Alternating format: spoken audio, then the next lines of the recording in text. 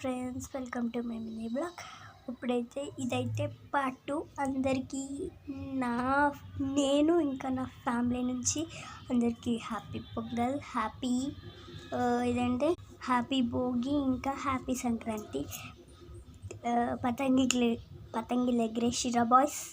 ఎగరైపోతే ఇప్పుడే వెళ్ళి ఎగరేయండి, ఓకేనా? మళ్ళీ టైం దొరకదు.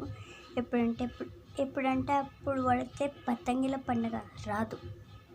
ఫ్రెండ్స్, ఎవరైనా గర్ల్స్ ముగ్గులు వేసిరా మీ మమ్మీ వాళ్ళతో పాటు?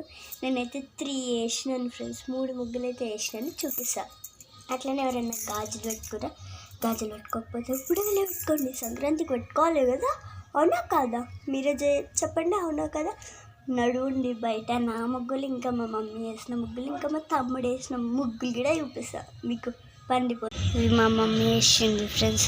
అటు సైడ్ నా ముగ్గు ఉంది కానీ అడవుతుంది. సర్లేదు. మా తమ్ముడు వేసిండు హ్యాపీ పొంగల్ అని పెట్టిండు. ఇట్లా పోతే ఇది నేను వేసిన. బాగుంటే కామెంట్ చేయండి. ఇవన్నీ ఉన్నాయి కదా, అందుకే తెలుస్తలేదు.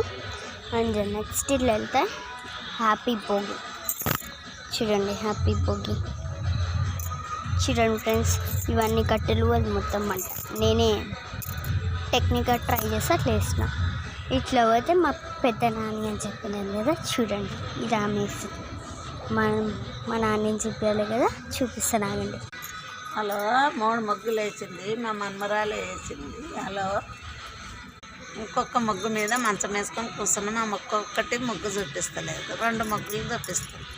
విన్నారు కదా, నేనే వేసిన. మా నాని.